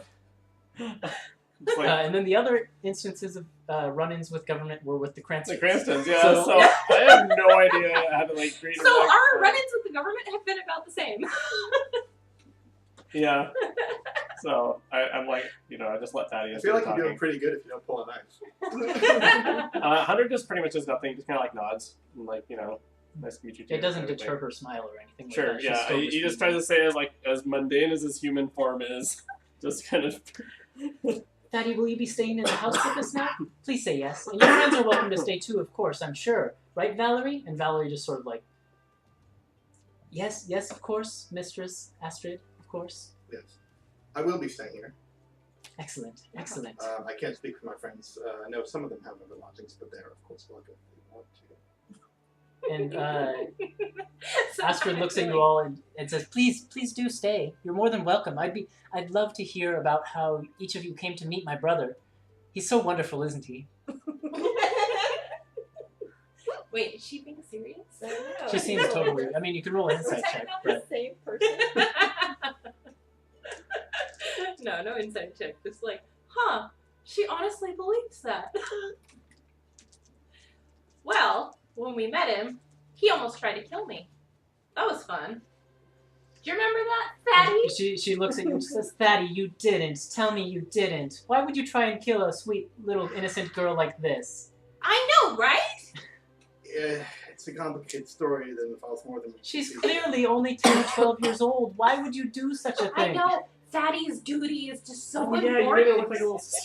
I was under a curse. I do. I look like a little kid. I forgot about that. Yeah, The but path you're you've just chosen like is a too pirate. dangerous, Thaddy. Like a little kid pipe. Like I kid worry sister about version. you, you know? Well, So do I, if I'm being honest. Now, Astrid. Can I call you Astrid? Of course. I want to hear all your stories about growing up with this guy. Because he's so tight-lipped about everything. Well, that's still What the was same. he like when he was a kid? Yeah, what's your favorite memory? Yeah. Oh, well, let's see. Thaddy, do you remember the time when we were playing by the well, and I fell in and you rescued me? You ran and grabbed a rope and pulled me back up. yes. You couldn't have been 9 years old. I was so much heavier than you at the time. It was incredible. Surprised he didn't jump in there after you. That'll always be one of my fondest memories. He has such a heart, a caring heart. Well, Is Thaddeus like Is it- blushing or anything, or is he just like? that isn't like agony. What else? What else? Oh, there's too many memories. Well, if you'd like to sit down and talk, Yes! then let's adjourn to the sitting room, perhaps? Yes, Valerie, if you could fetch some... Oh, go Oh. ahead. What were you going to say? I was just going to say if Valerie could fetch some refreshments, some iced tea or something, perhaps. That sounds lovely. Maybe we could meet your brother too. Well, I could try. He's not always even here. He's either cooped up in his room or he's somewhere out in the city. He's sort of a dismal man. I wouldn't say that much, Thaddeus. I believe that. He's just serious, like father. Speaking of I'd father, like where to is meet your father? whole family. Your father's probably out at the Yes, castle. I He's know. been there working out the details of this dukeship for most of the 2 months we've been here. Well, why don't we all go sit in the sitting room? And Valerie, fetch the, what did she ask for? Iced tea? Fetch some iced tea and see if you can rustle up Mother and Gavin. Certainly, master. And Valerie shuffles off, and Astrid begins to sort of take the lead, unless Thaddeus begins to take the lead. Because And obviously you know where you're now Thaddeus has got his eyes on. Okay. I'm sticking really close to Astrid and I'm just buttering her up as much as I can, Okay. trying to be like the sweetest Roll little just friend. a persuasion check. Sure. At advantage because you're short and cute. Do you know what my bonus is to persuasion? I know what your bonus It's is to really persuasion. high. Oh, and I got a natural 20. Okay, yeah, she is. So 29 for the She record. is all over you to the point where like you have to at some points sort of actually keep her from physically coming into contact with you. Like she'll go to like hug you or rustle your hair and you have to like duck out of the way and then feign it off as cute because you know if she comes into contact with She'll you she'll feel my pass through the horns. illusion and feel your horns and things like that. Yeah. But you managed to play it off as cute, and so What's the age and age difference of Thaddeus and Astrid? well, Thaddeus, we decided you're like I have How his old? age on my sheet somewhere. 20s or 20, teens? he's 24. 24. 24? So Astrid is a couple years older, maybe like Older. 28, 29, Okay. maybe see. perhaps even up to 30. Okay. Okay. And I'm just hearing all the We'll say embarrassing 28. stories from Thaddeus' childhood. Yeah, and there's Trying to keep her talking. she does tell a lot of stories very freely. Like there's no holds barred, but most of her stories paint Thaddeus in a very good light. Yeah. Like Thaddeus is the hero in a lot of her stories. Oh, and guess what, Astrid? And I Yes? just go up and whisper in her ear, Daddy has a girlfriend now. Thaddy, you didn't say anything about a girlfriend in It's not even true. Listen, why can't we ever talk the about last some of letter I this? got from you was only a month ago. When did this happen? Why can't we ever talk about some of the other things that we all put together? Her name is Serena and she works at Like a Eli. Let's talk about Eli. bookshop inn and it's awesome. Wow, she sounds incredible, Thaddeus. I'd love to meet her someday. Well, if you ever do, you'll be one upon me. I don't think I'll ever see her again. Let's not say that much. Thaddeus Did is you so ever send sweet. that Anyone letter? would be lucky to have him. Yeah. And at this point, you manage to make your way down to this lavish sitting room, which has sort of chairs and couches, which are they're so lavish to the point that like they're almost uncomfortable. You know, they're that kind of fancy. But it is hoity-toity in the extreme. And Valerie brings out the iced tea that was asked for and several biscuits and things like that. And you have a conversation for quite a while. Is there anything you'd like to talk about in particular? I'll ask Esther what she's interested in doing in the city. Oh, well, you know, some days I garden with Mother, or I'll go with her to whatever sporting event she's attending. Recently, she's been learning fencing with a lovely fencing master who's here in the city, and I've been watching that. It's interesting, but it's nothing. I couldn't do it myself personally. You know, Mother though; she's so athletic. Let's see, what else have I been doing? No, I'm not asking what you have been doing. What would you like to be doing? Oh, well, I don't really know what you mean. I do most of what I like most every day. I follow Mother around, or I tag along with Father to the castle and explore the castle. Oh, you've been, wait, you went It's to been a the long time. castle. I haven't done on this trip yet. You have to see it. It's incredible. It's on these massive chains, and it can descend from layer of the city to layer of the city. It's incredible. It's a Yeah, we've modern seen marvel. it from outside, but we What's it haven't like actually looking been out the in. window while that's happening? It's quite disorienting, to be honest, but it's incredible. You'll have to see. But you said you weren't having much fun. Well, most days. It's just, you can only go explore the castle for so long, you know, or garden these gardens so many times before. I don't know how Mother does it all the time. I don't know how it holds her interest. I don't know. It just feels like I'm ready to go back home. And where is home? It's actually the barony. Seems to be the dukedom, I suppose, of Hamilton. Actually, probably Thaddeus would know sort of the inner workings of how this works. Most of the dukes are actually permanent residents of the city. Oh, And so probably someone else will take over the baronry. And So this is home now. this or somewhere else within the city will probably become home. yes, this is the baron's dwelling. We may be upgraded to this soon. Oh. I But don't know. Perhaps I'll find something. It's hard to say. well, But you that's go enough about adventuring. me. You have traveled the world over to Thaddeus and back for your internship. It's true. You have to tell me about it. I got your letters, of course, but there's only so much you can fit into a page. Tell me about how you met these fine people. Well, we were on the road, and I think that I was examining the orcs when that was happening. And the statues? Yeah. The The story. petrified orcs, yeah. Yeah. I'm just gonna tell basically the whole story of the Redwater adventure. Okay. Leaving out like the less flattering details about how I stole Harmony's stuff Oh, right. and accidentally killed. I feel like I wouldn't let you get away with that, though. and accidentally killed an angel who didn't do much wrong. Is Harmony going to bring up these details? Or Hunter? Well, you know what? No, I let him tell the story. I let him get away with it. Okay. I feel like taking the cue from all of her stories of the childhood of like naming him in like the best light ever, and in the means of trying to butter her up, I would probably be making him sound even more amazing than he was in real life as well. So you're like telling it how it happened, and I'm embellishing it with the amazing things that you did. It's nice of you to do that for Astrid. Yeah. Well, I'm And doing I think that- yeah, I'm doing it for Astrid. I think that's Yeah, let's go with that. Let's go with that.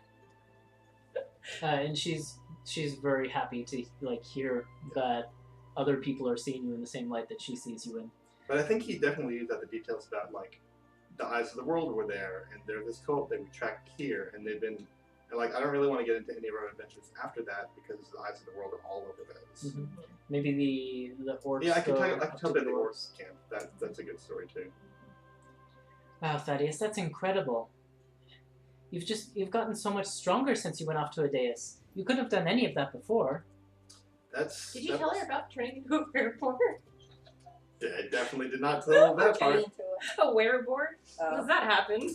Yeah, it Does did. that happen? It did happen for a while. It did happen. Yes, it did. That happened. Yeah. But you didn't. You left that part out I too. left that part Okay. But yeah, I'll tell her that. What was she saying? Like, you got a lot stronger. Yeah. Mm-hmm. So that was the intent. That was why I left. That's why I'm still gone. You're incredible, Thaddy, as always. And your friends must be strong themselves to have traveled with you for so long. Oh, yes, Oh, they're we quite don't even hold a candle to Mr. They're Thaddy very- over here, to they're be honest. deceptively He saves strong. our butts so much. So many times. I don't know where we'd be without him. Harmony here is, you wouldn't know it to look at her, but she's quite an accomplished magic user. You have to show me something. Anything. A small parlor trick will do. Magic is so rare these days. No one will ever... I think I have just the thing. And I'm going to cast Minor Illusion. Uh-huh. Just on, like, I assume there's like a coffee table. Yep. And it's going to be It's like glass a trimmed little with gold. Thaddeus with like bunny ears and a bunny tail and like buck teeth She basically swoons. and going like, Oh, that's adorable! And she claps. this is some of my finest work. And Does Mara, he have the light sword as well? Yeah. So he's like got the big whiskers and like the buck tooth and the bunny nose and the ears and the tail, and he's like swinging his sword like a fierce little thing. He even has the sword you got from Father, Thaddy. Look! That's incredible. and Mara and Hunter are her bodyguards. I see. Well, that's very impressive. And about this time, Very mundane bodyguard. That's what I'm looking. That's what I'm going for. you look as mundane as you can get. Yeah, I am The Joe bedraggled Blow. barkeep, Nothing. Peter Stonesbrook. Yep. The Almost door passed right over opens and Valerie steps to the side of it and says, announcing Muriel Hammerlock of the Hammerlock family. And in comes essentially what looks like a slightly more powerfully built, more athletic, and but still like with the fierce red hair version of Astrid that is a little bit older, which is Thaddeus's mother, Muriel Hammerlock. That is right. Rita's mother. Do any of the rest of you stand up when Thaddeus does? Yeah, I pretty much just follow his lead. I'm not like if they're gonna kiss or anything, but like I would just like stand up, you know, Okay. kind of like to look like I'm, you know, doing something, I guess. Harmony and Mara. You should do Thaddeus it. and Hunter have like stood up Sorry. when she entered the room. Are you going to follow or are you going to stay seated? Oh, when what's her face? entered Muriel. the room. Oh, sure. We'll respect her. Sure. I mean, if everyone else stands up. Yeah, sure. Thaddeus stands up, and then Hunter's probably next, and then the two of you sort of straggle to your feet. And she does a little curtsy as well to the room and comes in and says, Thaddeus, welcome home. And she goes and embraces you. Embrace it back. Okay, Um, Mara would like to. And she squeezes tight, like Yeah. she's probably nearly as strong as you are. Yeah, probably. Mara would like to take Valerie aside and ask her where the little pirate's room is. Little pirate's room. Valerie says, I'll escort you. It's just down the hallway this way. And sort of ushers you out of the room. Do you say the little pirate's room? Yes.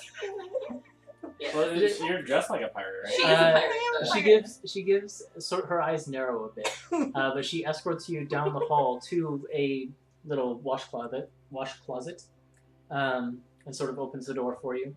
There's like an ornate mirror trimmed with all this gold around it, in front of a water sink, like a sink that actually works, and then there's obviously Facilities, okay. you go in. I go in and I wait to hear her retreating footsteps. She does not retreat. You wait. How long do you want to wait? Yeah. We'll say. Yeah. Is there a window in there? No, this one seems to be closed in. Chosen carefully. Okay. Yeah. I'll wait a little while and not get grunty and groan. So that Maybe she moves a little further away. You hear a little bit of a shuffle, but you can still. Then you hear her lean against the wall out there. Let me get it easy. Okay. Can I whisper to her that I need a little privacy, and would she mind getting my knapsack for me? She says, "Of course. Just a moment, please." And you hear steps retreating. Let's see. 7 times. There it is. There. Bless you. Yes. Thank you. Was that 7? I knew that was a 7. Were you counting? Always. Yeah, you hear steps retreating and then silence. Okay, so I'd like to sneak out and go to try to find Gavin. You open the door, and she is right there. I guess I take my knapsack from her. She didn't actually go to get it. She turned around and she came back, and as you come out, and she sees you obviously trying to sneak a little bit. Actually, roll a deception check. Oh man. That's not bad. 13 13. Plus plus 5. What is it? Yeah, plus 5. So Oh, 18. okay, 18. Okay. don't say it until you've added it all up. Okay. She sees you come out, and you can see that she clearly didn't expected you to do this, and so she came back. And her eyes sort of narrow a little bit, and she says, "I was just going to go and find your knapsack. Do you not need it anymore?" Okay, so I'm going to practice my little charming lying self that's got me out of a lot of scrapes before. And let's see, I think I will try to let her in a little bit to say that I'm really interested in meeting the brother. Okay, so you say, "I'd like to meet Gavin." Could you take me to Is there Gavin? a way I can meet Gavin in private? Her eyes narrow even more. Persuasion. And she check? says, "Master Gavin is a very private individual and doesn't see many guests. I could attempt to arrange an audience. What purpose do you have with him?" We have a mutual friend that I think he would be interested in knowing about. I see. And she sort of looks you up and down and says, "I think I understand. Come with me." And begins to lead you upstairs. As she leads you upstairs, she turns around briefly, just sort of as you're walking up the stairs, and says, "Master Gavin is a very delicate and sensitive young man. I know your type, so watch what you do, because I'll be listening." And she rolls back her sleeve a little bit. But she was friendly. She rolls back her sleeve a little bit and reveals to you an insignia that is sewed into the sleeve, which is the symbol of the Undercity Sisterhood. And then flicks it back up. You have one too, though, right? Yes, so I can show her my badge too. But she does warn you to tread carefully with Wow. Gavin. Back in... This is something Thaddeus does not know. Oh yeah, no. I'm just saying me personally. Back in the parlor, Mhm. Muriel has sat down after the brief introduction and started to look around the room and says, "Thaddeus, you'll have to regale us over dinner when your father is back of all of your adventures since you've been traveling back and forth from Adeus. You must have several tales to tell." I do. Until then, may I say how lovely your garden's looking? We took a tour earlier. It's really coming around, isn't it? I've procured is. some flowers. Actually, perhaps you recognize some of the varieties from Adeus? They're particularly difficult to grow in this climate. I didn't get out much today, so I'm not sure that I recognize them. Well, I'll be sure to show you some of them. They're quite beautiful. Are you going to have to start over again soon? Well, with Valerie's help and some of the other servants we can procure from the king, we should be able to move most of them. Some of the larger trees might have to stay behind. But that's part of the fun, isn't it? this promotion is big news for your father and for the entire family, so the matter of my garden does not stand in the way. I should think it would. Well, we all have to make sacrifices for family every now and again. And then she sort of is like looking you up and down and says, Thaddeus, you and I will have to spar sometime soon. Huh. I've taken up fencing, as I'm not sure, maybe Astrid told you. I'm getting quite good. My teacher is quite the fierce woman, renowned for her swordsmanship. If that hug you gave me was any indication, I may have to be in the wilds a few more years before I can match you. That may be true. But still, it would be a fun exercise, and I would thoroughly enjoy it. And then she sort of looks around at the rest of you and says, I haven't gotten an introduction. Where did you pick up these two individuals? We are We're on a quest. pursuing a mutual foe, a common enemy. He's one of my bodyguards. Nice to meet you. I'm Harmony. She does not extend her hand, but she gives you another little curtsy from her seated position. Pleasure to meet you, I'm sure. I have temporarily joined her retinue along with Hunter and the absent Mara.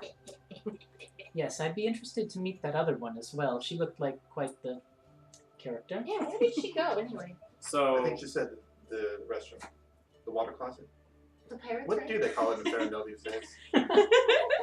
The restroom, the wash closet, any will do. The terms have not changed that much, Thaddeus. Good to know. So when Hunter has an opening, he's gonna like nudge Thaddeus and ask for a word, either, and it can be like just whispered hush here or Yeah, Thaddeus will out. Like, I have no idea what to do with etiquette here. I didn't ask before. You're doing perfectly. Okay. Remain How do we silent. rate your? Remain Just do the silent. opposite of what Harmony does. Okay. I'll follow your lead. There's like inside he's like sweating bullets. He has no idea what to Do do. Warforged? Not really, no. That's why I said on the inside. Yeah. It's like human half is like Hunter's anime emoji that pops up, that's just like inner Yeah. spirit Sweat. is sweating bullets. sweating. Yeah, exactly. Well, I wonder if his Don't illusion start would be shaking sweating or bullets. they'll hear you clanking. yeah. There you go. Astrid takes over the conversation a little bit Nervous with these two. And your mother takes an opportunity to lean over to you as well, watching you have a conversation with Hunter, and says, where did you pick these two up? What is with the company you're keeping, Thaddeus? This isn't very becoming. With your father's promotion coming up, we have to be watching our appearances. They'll look more presentable on the day, I assure you. I should hope so. I mean, you're entitled to bring guests, and that's your prerogative, but please, consider your company carefully, especially for the next few weeks, or for next few days. What would she do if I dropped the illusion right now? What would she do? And that is Oh, just not boy. say, forgive me, Mother, it's been I'm not. some time since I've been in polite civilization. I've forgotten some of the customs here.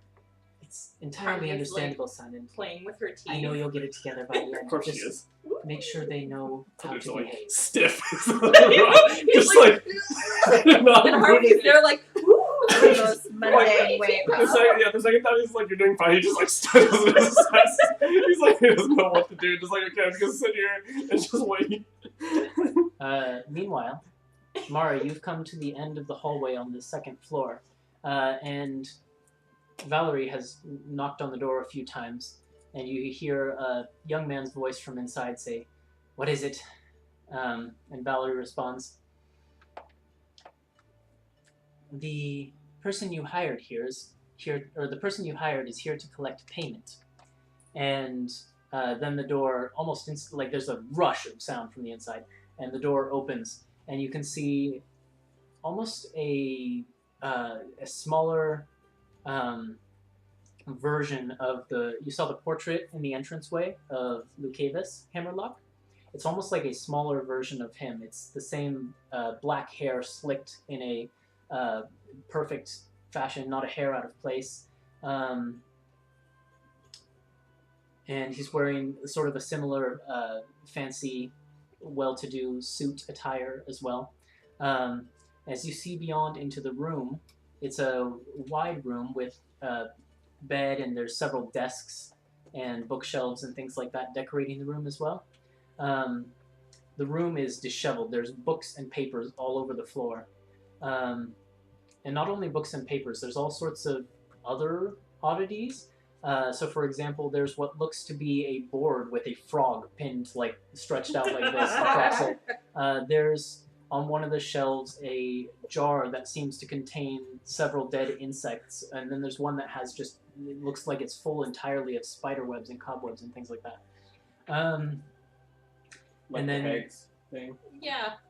he Glorious. opens the door and ushers you in and says, "Valerie, you don't need to be here for this. Just wait outside the door.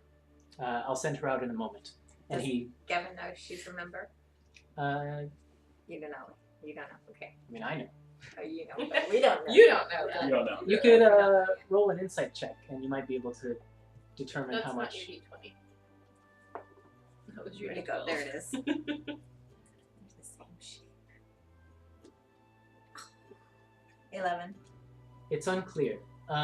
They do share a look, as Valerie hears his order and says, "Of course, Master Gavin," and closes the door. But it's unclear how much from that exchange that Gavin actually knows. Okay. And he sort of goes across the room and pulls up a seat, or two seats actually, from two of the desks, and sets them opposite each other. And then he sits looking at you. And he has these dark-rimmed spectacles that he wears as well, and he pushes them up on his face, and he sort of studies you for a moment. "So, you're the one that the Sisterhood sent to recover the grimoire, Yes. and you have it? Yes. Let me see it." It's in my knapsack. Did you leave "Valerie!" She was supposed to get it for me. As he shouts for Valerie, the door opens instantly, like with a slam. And Valerie is standing in the door, glancing across the room furtively, just instantly taking in the scene and looking for danger. But what she sees is you two sitting at the chairs, and so she calms down almost right away. And Gavin says, "Did this woman ask you to get her knapsack?" And Valerie says, "Well, yes, Master, but I was trying to..." And he says, "Get her knapsack." "Yes, Master, right away." And she closes the door and rushes. You hear footsteps rushing down the stairs. Moments later, they rush back up. The door opens. Well, there's a knock at the door, actually. And Gavin says, "Come in." And Valerie re-enters and presents you with your knapsack, and then leaves immediately and shuts the door. Okay. "Let me see it." Okay. So I get it out, and here you go. He takes it gingerly and sort of brushes the cover, inspecting the spine. And he just sort of feels it over for a moment, and then he unlocks the clasp, flips it open, and begins to page through the dusty and brittle old pages of the grimoire, looking through it, and then he settles on a page around the middle. He closes it with a thud, a heavy thud, clasps it, and says, "Excellent. This is what I was seeking, so I will pay you." And he goes to, he stands up and then says, "If you wouldn't mind closing your eyes." No problem. Okay, do you actually close your eyes? Or do you do like the thing where you squint? I squint. Yeah, okay. Roll a deception check. Or a sleight of hand, I suppose. You're probably better at that. Yeah. And this is the sort of thing that's like, Yeah, it you're is. being It is sneaky better. with your body motions. Yeah. Oh, 25. Gavin. Okay. He watches you close your eyes, and then he looks quickly away. He goes to his closet, rummages around, and you can start to hear and see through the slits of your eyes. He's pushed clothes aside and is fiddling with the dial of a safe. With your eyes squinted, yeah, make a perception check. Perception check that shit. Jeez. She's more excited. Oh, wow. 21. 21. All right, even at this distance, with your eyes squinted, you make out the first two numbers that he turns to are, let's see, how many digits would be on here? 9 and then 4, but then he sort of moves his elbow in the way of the third digit before it clicks open. And he pulls out a jingling bag of gold and then you hear you see him close the safe again, and he turns the dial. You hear the clicks, and he comes back and sits down and says, "All right, you can open your eyes again. Here's your payment in full, as promised. 1,000 gold pieces." You know your share was 25%. Oh, that's right. 250 gold. Alright. Okay. So if you would return that to the Sisterhood, Done. so that they can divvy out the payment, then he extends his hand and says, "Our business is done." Will you come join us in the sitting room with your family? Oh, if you're staying around, well, that's interesting. If you're staying around, I'll see you for dinner. And he sort of like sits up straight in his chair. Do you not want to see your brother? Thaddeus is home. Yes. He gets very sullen, and you can see there's a frustrated and annoyed look in his face as well. I see. So he's the reason you'll be staying around, of course. Yes, I will see Thaddeus for dinner, but not a moment sooner. Now, if you would kindly leave, I have things to attend to. Okay. Thank you so much for your patronage. The And Sisterhood appreciates it. he gives you a slight bow, but it's nothing formal or anything like that, just sort of like a slight dip of the head.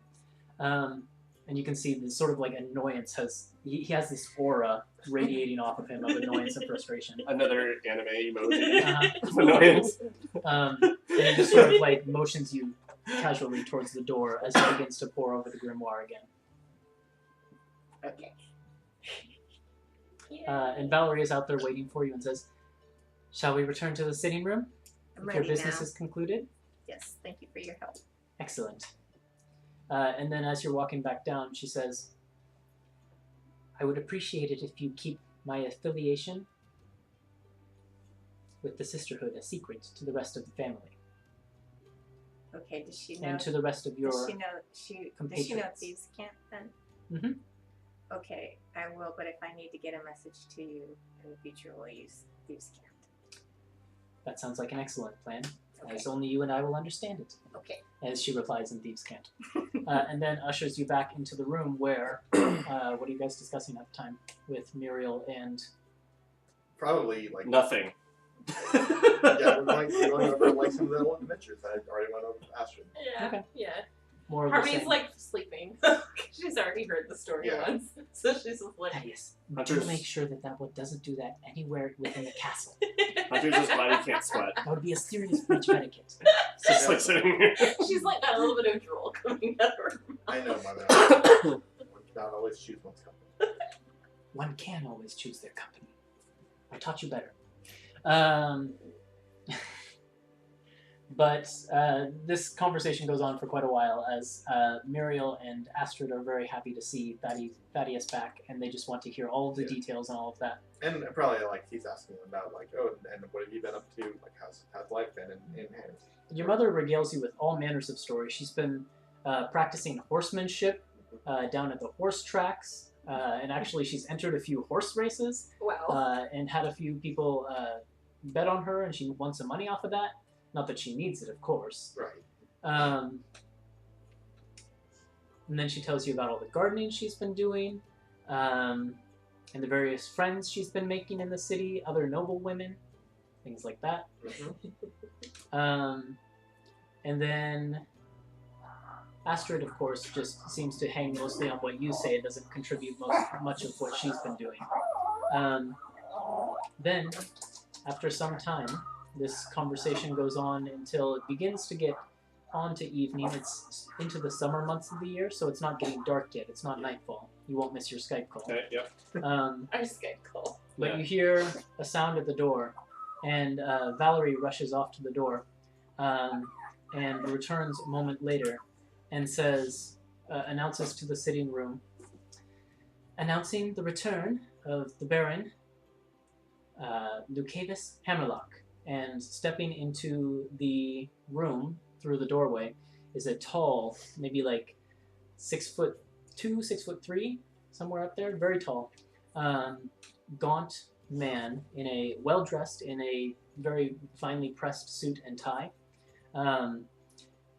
Valerie is clutching what looks to be like a top hat that he was wearing, and she's like hanging that up on a hanger as he enters the room, and his hair is just gelled into this like perfect swoosh to the side, and he's wearing the spectacles that he's worn pretty much your entire life, these like horn-rimmed ones. Is his hair white, or is he not that old? It's much grayer than you remember. When you left, it was still very dark black, but now his hair is predominantly gray. Okay. But it's still immaculately combed over and such like that. Thank you. And he says, Thaddeus, my son, Thaddeus gets up and nods. Father? welcome. Does everyone get up, or just? Well, do you? I'm asking, like, because Hunter would just like follow everyone else. Muriel stands up. Astrid doesn't. Harmony's probably like. Okay. Mario, you're back in the room at this point, so Okay. would you stand? I would stand. Hunter would really Thaddeus, my stand and son. like bang his legs against the chair because he's like really nervous. Okay. It's like There's a loud clang. he's just like sitting there like at attention. Like, Clang. he doesn't know what to It's do. much louder than a normal leg would be. Yeah, exactly. We have much to discuss. Valerie, when is dinner? And that's where we'll end for tonight, I think. Preparing for dinner at the Hammerlock abode. Woohoo. How many hours do we have left on Seeming, do you think? I mean, it's an 8-hour spell and you cast it at midday. Yeah. You've got probably like 3 or Until, 4 more hours. midnight-ish? Yeah. Well, I mean, yeah, a little past 8 or 9 o'clock. Well, because if we cast it at midday, it's 8 hours. Oh, I see. Yeah, but it's probably more like 6 or 7, somewhere in there. So you've got a couple more hours. You'll need to All right. recast soon, but you Okay. can sneak off and do Do that. you have a second adult slot? Yeah. Okay. Well, I mean, I was gonna say, like, to Hunter, we probably shouldn't spend the night because we were both under illusion, so I'm going back to Seals see. tonight. Well, we need to stay together anyways. Yeah, So whatever we decide to do, that's fine. Okay. Anyways, so that's where we're ending for tonight. We'll pick up again on Monday with dinner at the Hammerlock abode, Oh, which boy. should be entertaining. Oh, boy. Thank you to anyone who joined us. The backlog of our videos is on YouTube. You can watch the VOD of this immediately after if you missed part of it. We'll be rebroadcasting tomorrow and trying to hang out and chat and talk with you. If you want to come watch then, we can get some answers about the story and such like that. It was a really fun episode tonight, I think, personally. So, lots of story, lots of new characters, but it should be fun going forward. So, thank you all for watching and have a good night. Bye. Good night. Night. Bye.